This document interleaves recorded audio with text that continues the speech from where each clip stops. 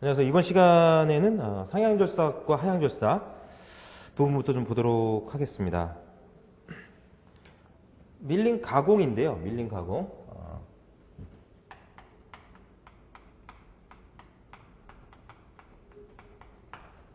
밀링 작업 시 공작물과 밀링 커터와의 접촉 운동에 따라서 상향절삭과 하향절삭 작업 두 가지로 나누어진다 이런 얘기죠. 그래서 그림 6-4를 보게 되면은 A 그림이 하향절삭, B 그림이 상향절삭이에요. 그래서 A 그림을 보게 되면 A 그림은 이제 공작물이 있으면 이렇게 공작물 일감이죠. 일감. 공작물이 있고 이 위에 이제 밀링 커터가 있어요. 밀링 커터가 접촉을 하면서 밀링 커터의 그 회전 방향, 밀링 커터가 지금 우회전한다, 시계 방향으로 돈다 그러면 이 시계 방향으로 돌아서 나가는 공작물하고 접촉하는 요점에서 보게 되면 밀링 커터의 회전 방향이 지금 왼쪽이죠. 왼쪽이야.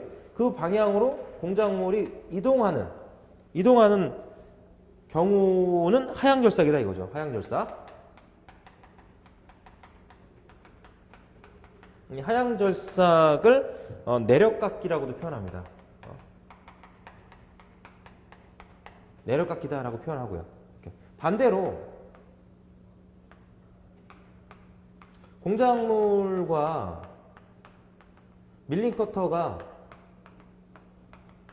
접촉을 하는데 밀링 커터가 지금 시계 방향으로 돌아요. 이렇게 돌면서 가공을 해. 그때 공작물이 왼쪽이 아니라 공작물이 오른쪽으로 올라와. 이렇게 올라와.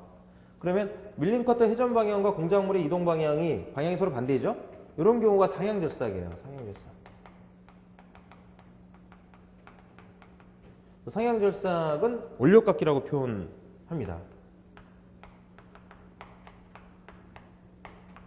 원력깎기 표현하죠. 자, 그러면은 비교를 해. 일단 하향절삭과 상향절삭의 기본 개념은 이렇게 잡아주면 돼요. 하향절삭, 상향절삭의 기본 개념은 밀링 커터 회전 방향과 공작물의 그 이동 방향이 같으면 하향절삭, 반대면 상향절삭. 상향절삭이 훨씬 더 절삭 저항이 크겠죠. 절삭 저항이 커요. 절삭 저항이 하향절삭보다. 절삭 저항이 크다는 얘기는 그만큼 동력 손실이 많다는 얘기죠. 동력 손실이 많다는 얘기고 가공 표면이 거칠다는 얘기죠. 가공 표면이 깨끗하지 않고 가공 표면이 거칠다. 그 저항이 큰 만큼 고정시, 고정력이 커야죠. 그래서 하향절삭과 상향절삭이라고 하면 기본 원리를 지금 말씀드린 그와 같은 원리, 그 기본 원리만 알아도 하향절삭과 상향절삭의 기본적인 특징을 얘기할 수가 있어요. 이렇게. 그리고 이 상향절삭 시에는 백래시라고 해가지고요.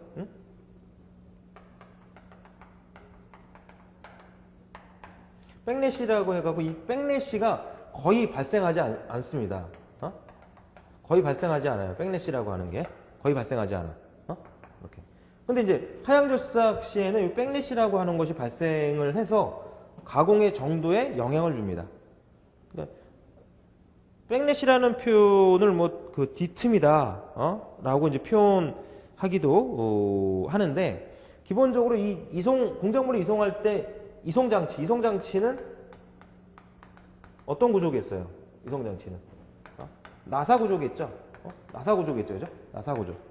말씀을 한번 드렸듯이 보통 밀링머신이라든가 선번과 같은 공작기계에서 사용하는 이송장치에 사용하는 나사는 사다리꼴 나사입니다. 사다리꼴 나사. NC 공작기계나 CNC 공작기계 즉 정밀 공작기계 같은 경우에는 이제 볼나사를 사용한다라고 말씀드렸고, 이때 이제 사다리꼴 나사 같은 것들을 사용하는데, 공작물의 회전 방향하고 밀링 커터의 이 회전 방향에서 쫙 이렇게 나가는 방향하고 공작물이 이동하는 방향이랑 서로 반대이기 때문에 그 나사가 있으면 이제 나사가 있고 너트가 있을 거 아니에요, 그죠? 나사와 너트 사이에 보면은 그 틈이 있어, 그죠? 틈이 있어요. 그래야 움직일 거 아니야. 그 틈이 있는데 그 틈들이 상향절삭 시에는 방향이 서로 반대다 보니까 그 틈들이 미세하게 미세하게 되기 때문에 발생하지 않는다 그 얘기죠. 그러나 하향절삭 같은 경우에는 밀린 컷 회전 방향과 공작물 이동 방향이 서로 같다 보니까 그 틈이 더 벌어져. 그래서 하향절삭 시에는 이 백리시 제거 장치라고 하는 것을 반드시 갖고 있어야 된다. 그게 이제 특징이다 이거죠. 특징이야. 자, 그래서 이 하향절삭과 상향절삭을 비교하는 그런 유형의 문제, 특징을 묻는 문제들이 출제가 됩니다. 출제가 되는데 제가 봤을 때는 이제 이 상향절삭보다는 하향절삭의 특징을 묻는 그런 문제들이 나오고 있어요. 어떤 게 나오든 기본적으로 이제 비교가 되니까 해결이 가능할 거다라고 생각이 됩니다. 하향절삭 쪽으로 해서 좀 정리를 해 놓는 것이 좋겠다는 생각이 들죠. 이렇게 교재 정리된 내용을 좀 참고해서 좀 보도록 하겠습니다. 그래서 상향절삭의 그 특징 첫 번째 보게 되면 절삭이 순조롭고 상향절삭 절삭이 순조롭고 칩이 절삭날의 진행을 방해하지 않는다. 즉 그 절삭날이 진행을 가공 방향을 방해하지 않기 때문에 절삭이 순조롭다 이런 표현이겠죠. 이렇게. 네? 네.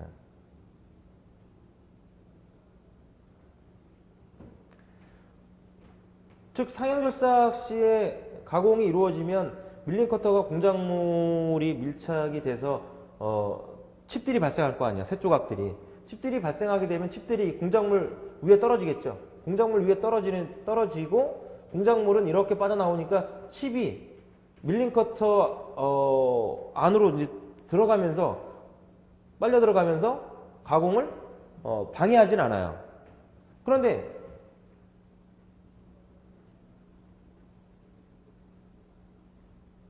하향절삭 같은 경우에는 가공이 여기서 이루어진단 말이에요. 앞쪽에서. 그래서 밀린 커터들이 이렇게 있으면 밀린 커터와 공작물이 밀착이 되면서 칩이 발생할 거 아니야. 칩이 발생해서 칩이 공작물 표면에 떨어져 이렇게. 근데 공작물이 이렇게 이동을 해. 그러니까 이 밀린 커터 안으로 이 칩들이 따라 들어가겠죠. 그죠? 따라 들어가. 그러면서 밀린 커터와 공작물의 접촉을 방해를 해. 네? 방해를 해. 그게 이제 단점이다 이거죠. 하향절삭 가공에서는. 상향절삭은 그런 부분이 없기 때문에 가공이 순조롭다. 그런 얘기야. 절삭이 순조롭고 칩이 절삭날의 진행을 방해하지 않는다. 그런 얘기고. 두 번째는 공작물을 확실히 고정해야 한다. 즉 고정력이 커야 된다 이렇게 말씀드렸죠. 고정력이 커야 된다. 이 상향절삭은 고정력이 커야 된다. 저항이 크기 때문에. 저항이 크기 때문에. 커터와 테이블의 진행 방향이 반대에 이어서 백래시 발생이 없다. 백래시 발생이 거의 없다. 이런 이제 장점이 있는 거고 그 반대 하향절삭의 특징이다 그러면 그 반대를 생각하시면 되고요. 그래서 하향절삭의 그 특징에 보게 되면 공작물 고정이 쉽고 고정이 쉽다는 얘기는 고정력이 작아도 고정할 수 있는 그런 이제 특징으로 봐야 되겠죠. 그다음 커터 날의 마모가 적어 절삭면이 깨끗하다. 절삭 저항이 적기 때문에 절삭날에 마모가 적고 가공 표면은 깨끗하다. 하향절삭이. 반면에 이제 아버가 휘기 쉽고 칩이 절삭을 방해하는 이런 단점들이 있다. 라고 하는 거. 그리고 말씀드렸듯이 백래시 제거 장치가 있어야 된다. 그래서 백래시 제거 장치가 반드시 요구되는 절삭 방법이 뭐냐? 그러면 그거는 하향절삭이다. 이렇게 생각을 하면 됩니다. 그래서 그렇게 해서 정리를 꼭 해줘야 되겠죠. 상향절삭, 하향절삭 이렇게 정리를 해주시고 그 다음에 이제 분할판을 보겠습니다. 9절에 분할판은 밀링머신의 부속장치란 말이에요. 분할판.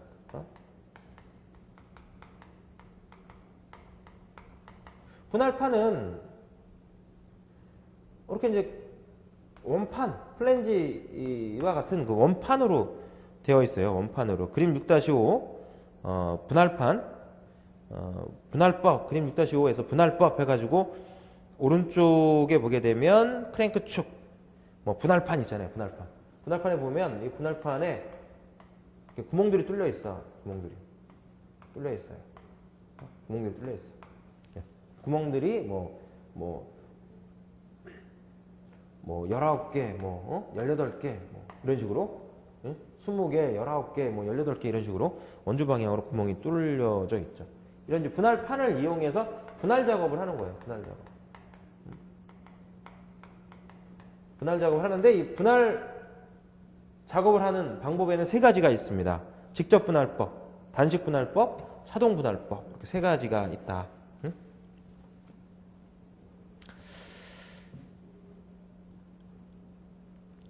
이 분할판은 분할대 주축과 심압대 센터 사이에 오고요. 그림 6-5 분할법을 참고로 해서 보자면 웜축이 있고 크랭크축 그 사이에 보면 분할판이 온단 말이에요. 분할판이. 그래서 가공물의 원주 분할, 홈파기 작업, 기어 절삭이라든가 캠 절삭, 각도 분할 등을 할 때 사용을 한다. 분할판을. 그리고 이 분할 작업을 하는 방법에는 세 가지, 직접 분할법, 단식 분할법, 차동 분할법 세 가지가 있다. 이렇게 봅니다. 그래서 먼저 그 직접 분할법 같은 경우에는요. 직접 분할법은 직접 분할판을 사용합니다. 직접 분할판을 사용하는데 이 직접 분할판에는 24개의 최대 24개의 구멍이 뚫려져 있어요. 24개 구멍이 뚫려져 있기 때문에 24의 인자라고 얘기를 하기도 하고 약수라고 얘기도 하죠. 24, 그 인자에 해당되는, 약수에 해당되는 구멍만 가공할 수 있어요. 굉장히 제한적이죠. 직접 분할법은. 직접 제한적입니다. 그래서 24의 약수인 2, 3, 4, 6, 8, 12, 24 이렇게 구멍만 분할이 가능해요. 직접 분할판을 사용해서 24의 약수에 해당되는 구멍만 가공할 수 있는 게 직접 분할법이야. 직접 분할법. 시험에 잘 안 나옵니다. 그 두 번째는 단식 분할법. 이게 시험에 거의 나오면 단식 분할법이 나오죠. 단식 분할법으로 작업을 했을 때 크랭크의 회전수, 그림 6-5에 크랭크 축이 있죠. 크랭크 핸들이 있어요. 거기 보면 크랭크 핸들의 그 회전수를 구하는 기본 공식이 라지 n분의 40이에요. 라지 n분의 40. 스몰 n은 분할 크랭크의 회전수고요. 분할 크랭크의 회전수. 크랭크 축. 그림에서 보면 이제 크랭크 축, 크랭크의 회전수입니다.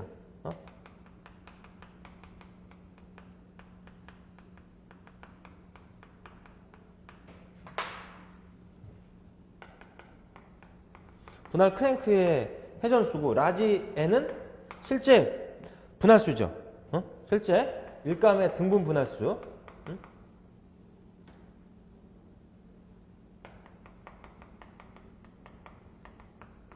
등분 분할수로 표현을 하고 있습니다. 이렇게 스몰 n은 분할 크랭크의 회전수. 그래서 그림에서 보면 크랭크 축이 이례전을 하잖아요. 그럼 크랭크 축하고 연결된 스핀들이 있죠. 그림 6-5 그림을 보게 되면 웜축이 있고요. 그 웜축 왼쪽 끝에 보면 웜이 있어요. 그 웜과 웜기어가 물고 있죠. 그 웜기어의 축이 뭐야? 스핀들이야. 스핀들. 그 원리가 그 웜축이 이례전하게 되면, 즉 크랭크 축이죠. 크랭크 축이 이례전을 하게 되면 크랭크 축, 웜축하고 지금 이제 그 분할판과 크랭크 축이 연결돼 있잖아. 그림에서 보면. 그죠? 그림에서 보면. 그래서 거기서 봤을 때 크랭크 축이 이례전을 하면 스핀들이 40분의 1 회전을 해요. 크랭크 축이 이례전을 하면 스핀들 축이 40분의 1 회전을 하기 때문에 그 원리 때문에 이 식이 나온 거라는 얘기야. 스몰 n은 라지 n분의 40. 그래서 뭐 기어를 예를 들어서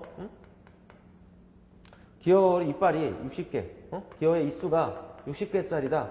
60개짜리를 가공하겠다. 그러면 가공 시에 스몰 n은 60분의 40 이렇게 해서 크랭크 축의 회전수를 잡는다 이거지. 60분의 40 이렇게 잡아서 이렇게. 그럼 약분을 해요. 약분을 해. 이거 하나 동그라미 하나 지워질 거고 2는 4, 2, 3은 6. 그래서 3분의 2가 정리되겠죠. 3분의 2 이렇게 정리돼. 정리돼. 그러면 3분의 2 이렇게 보고서 이걸 가지고 어떻게 할 거냐? 먼저 분할판을 선정해야 돼. 첫 번째.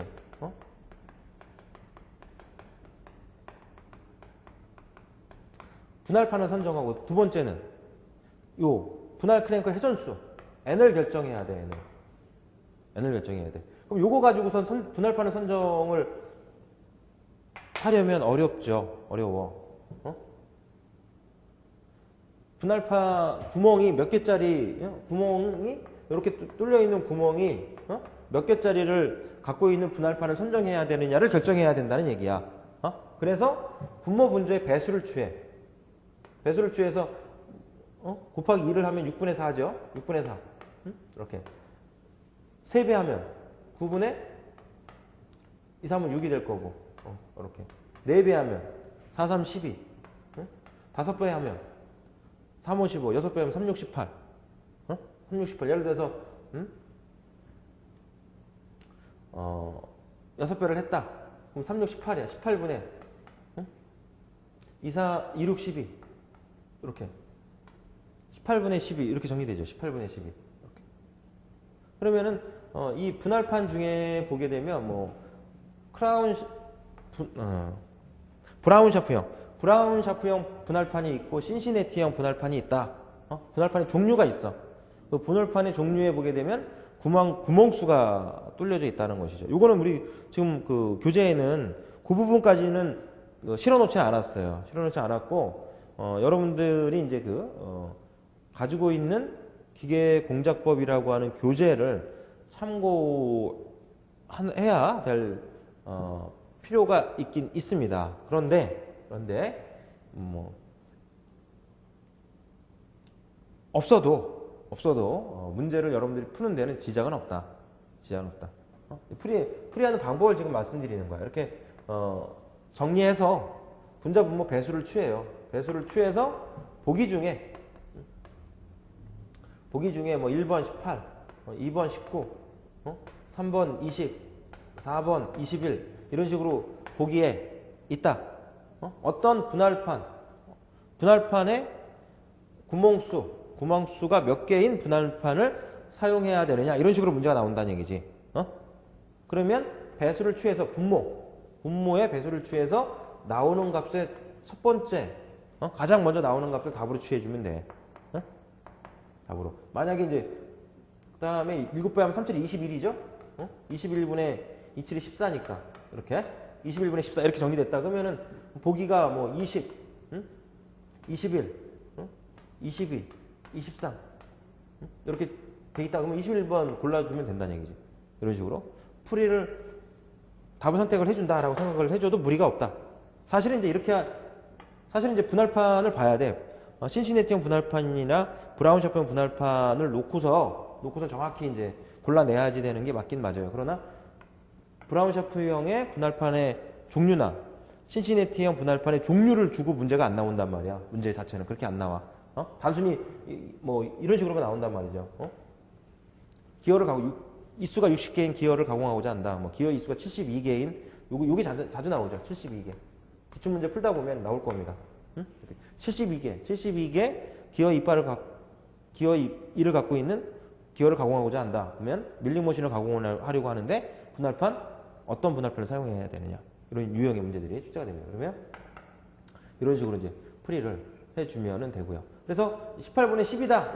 18분의 12의 18 구멍열을 갖고 있는 브라운 샤프형 분할판을 사용해서 내가 가공하겠다. 그러면 크랭크 축을 12회전 시키면 12바퀴 돌리면 이제 구멍 하나씩 이렇게 뚫린다 그 얘기야. 분할이 된다 그 얘기가 되죠.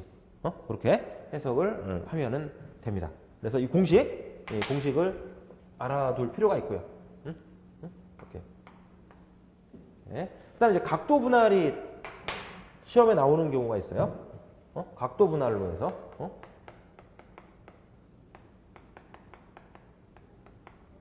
각도 분할로 해서 나오는 경우에는요.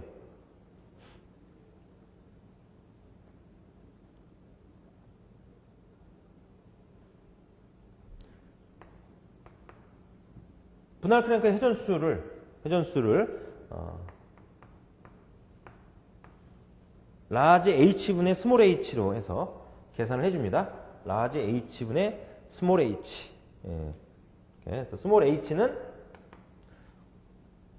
핸들을 돌리는 구멍수,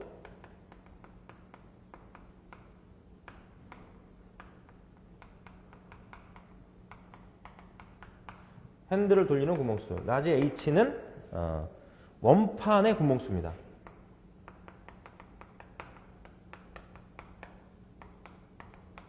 원판의 구멍수로 해서 표현이 되는데, 보통은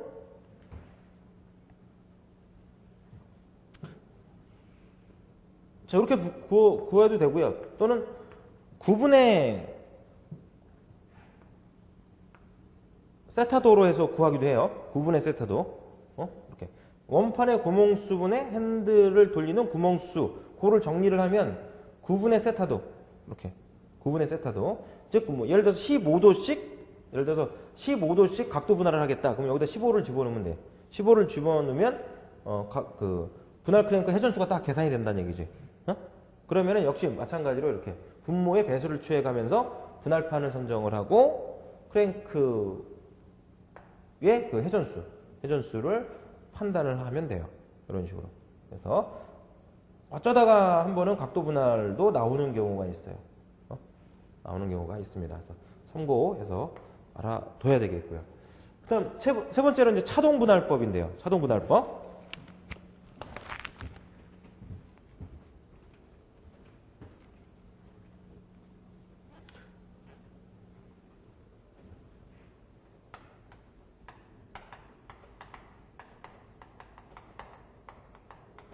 일단 차동 분할법은 단식 분할이 안 될 경우에 차동 분할을 합니다. 단식 분할을 먼저 해보고, 그리고 단식 분할은 도저히 이게 분할이 안 된다. 그러면은 차동 분할법으로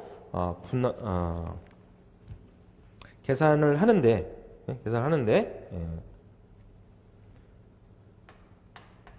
그 속도비를 구하는 식이 n-분의 40에 n-n으로 해서 표현을 합니다. 이 값은 ZB분의 ZA 이렇게 보죠. ZB분의 ZA. ZB는 웜 기어의 입수고요.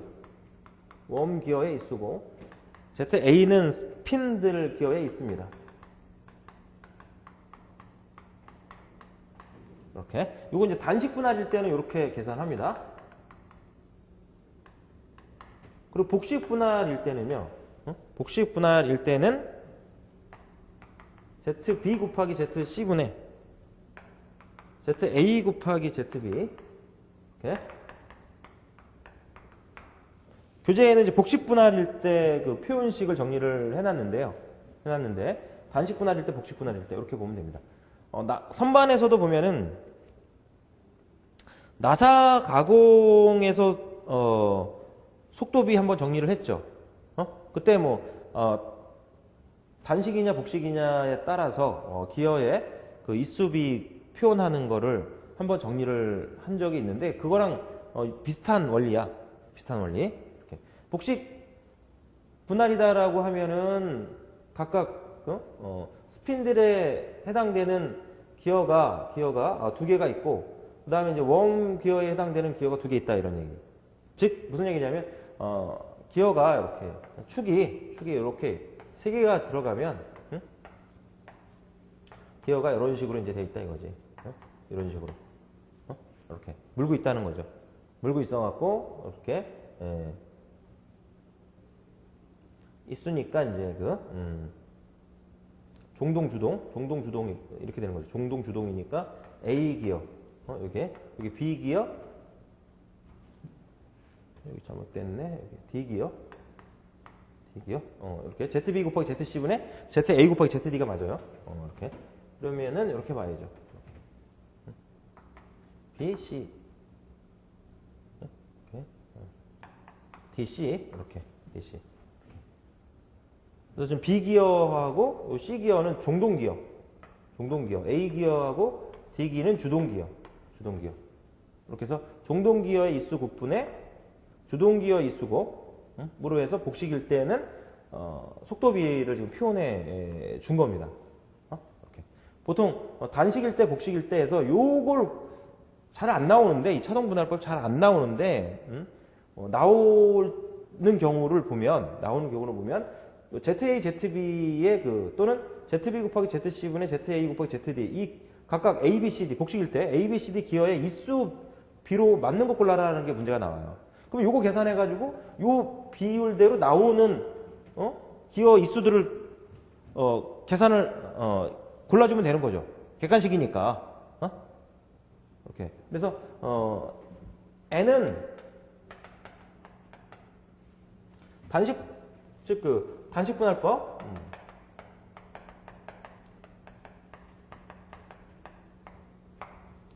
단식분할법으로 분할이 되는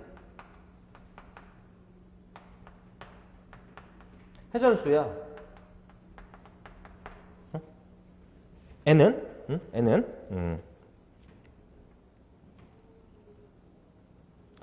죄송합니다. N은 분할수죠, 분할수. 실제 분할수. 실제 분할수고요. N-가 단식 분할로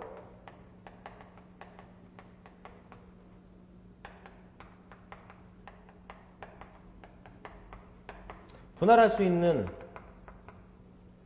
회전수고요. 이렇게. 단식 분할로 분할할 수 있는 회전수가 N-이고 N은 실제 분할수고.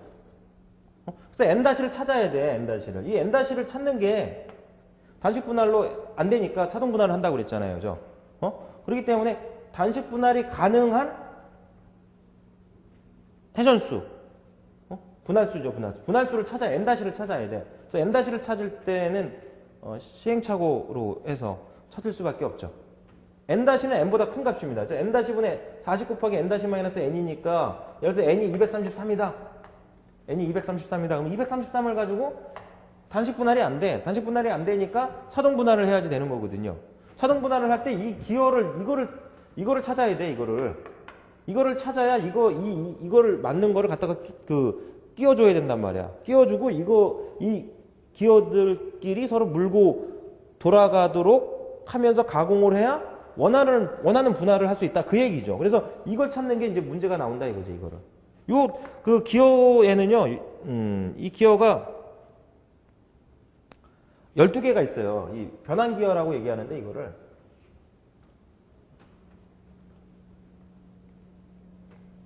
차동 분할을 하기 위한 변환기어라고 얘기해요. 변환기어라고 얘기해서 이 변환기어 12개가 있다는 얘기죠. 그 12개 중에 어떤 걸 사용할 것이냐를 결정을 해야 돼. 그래야 이제 가공을 할 수가 있다는 거죠. 이거를. 그래서 N이 233이다. 그러면 단식 분할이 안 되니까 N-를 찾아야지 돼. N-를 찾으려면 경험적으로 이제 240 정도를 넣으면 단식 분할이 되겠다. 그러면 단식 분할이 되는지 봐야지 된다는 거죠. 이 속도비 자체, 이 i라고 하는 값 자체가 마이너스로 나올 수가 없어요. 마이너스 얼마 이렇게 나올 수가 없으니까 N- 분자를 보면 N-N이잖아. 그러니까 N-가 N보다 작은 값을 넣고선 판단을 하지는 않을 거란 말이죠. 그죠? 그러니까 N보다 큰 값. N-는 N보다 큰 값을 갖다 집어넣고 단식 분할이 되는 N-를 찾아서 N보다 큰 값을 가지고 단식 분할이 되는 값을 바로 위에 값을 찾아야 된다는 거예요. 그게 N-이야, N-. 그걸 찾으려면 좀 반복해서 이렇게 했더니 안 돼. 그럼 그거보다 한 치수 큰 거라든가 두 치수 큰 거라든가 큰 값을 가지고 또 해봐야 되겠죠. 이렇게. 그래서 문제는 나온 기출 문제들을 보게 되면 결과적으로 이 변환기어에 단식이면 ZA, ZB 2개 찾는 거고 복식이면 4개 찾는 거고 이 변환기어를 보게 되면 12개가 있는데 24개짜리 2개가 있어요. 기어 이수가 24개짜리 2개가 있고 그 다음에 이건 참고하세요. 외울 필요는 없고요. 30, 28, 32, 40, 44, 48, 56, 64, 72, 86, 100, 100, 이렇게 12개가 있다는 거죠. 이렇게 배낭기어가 12개가 12개 이렇게 해서 108등분까지 등분 분할을 할 수가 있어요. 자동 분할로 해서는 이렇게 해서 자동 분할, 등분할 그래서 좀 정리를 하겠습니다. 그럼 이제 밀링 머신은 여기까지 정리를 하시면 됩니다. 다시 한번 이제 전체적으로 정리를 해드리자면 지금 정리했듯이 이제 기계설계 기사라든가 건설계 설비 산업기사를 준비하시는 분들은 전체적으로 훑어보는 것이 맞을 거고요. 일반 기계기사나 건설기계 설비 기사를 준비하는 분들 입장에서는 이렇게 좀 자세하게까지 해야지 되나 이런 이제 생각을 할 수도 있단 말이죠. 물론 해야지 됩니다. 그게 원칙인 게 맞고요. 좀 요령을 좀 부려서 좀 공부하고자 하는 내용을 좀 줄인다면 이제 이 분할판 이용해서 분할하는 이 계산하는 것까지 문제가 나올 것이냐? 나올 가능성이 낮다는 거죠. 일반 기계에서나 건설 설비 기사 준비하시는 분들 입장에서는. 그래서 밀링 머신 처음에 우리가 했던 지난 시간에 정리했던 그런 정도의 내용만 정리를 하고 있어도 충분히 좀 시험 준비가 될 수 있을 거라는 생각이 좀 되고, 이번 시간에 정리했던 이런 내용들은 기계설계 기사, 건설계 설비 산업기사 준비하시는 분들까지는 좀 봐두셔야 되겠고, 더 나아가서는 이제 여러분들이 취업 준비를 하는 데 있어서 공기업이라든가 공단, 공기업, 공무원 시험을 준비하는 분들은 요 내용도 약하다. 요 내용도 약하다. 그러나 요 내용이 핵심이다 이거죠. 요 내용이 핵심입니다. 그래서 요 내용을 정리를 해서 여기서 살을 붙여 간다면 충분히 공기업이라든가 공무원 준비까지도 여러분 준비를 충분히 할 수 있을 거다 생각을 합니다. 자, 그래서 이번 시간까지 해서 밀링 머신 정리를 하고 다음 시간에는 7장 드릴링 머신, 보링 머신 부분으로 넘어가도록 하겠습니다. 수고했습니다.